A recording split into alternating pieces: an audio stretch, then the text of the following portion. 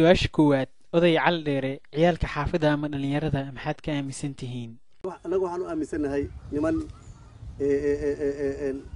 khayr laawayaal oo fayda lahayn oo waxa weeye Yurub iyo Mareykan tarbiyada looga soo dhumiyay oo alla soo akhlaaq dareeyay oo waxa weeye raxmada la soo baray yani oo laga soo bixiyay damiirkii dadnimada iyo Soomaaliya laga soo bixiyay oo waxa weeye tabiiciya u ah nimanka ayaga adooman ay leeyihiin reer galbeedka oo naan kalam ma ku faraxsan tahay marka in ciyaalka xaafadda aad caqli darro ku tilmaamto oday?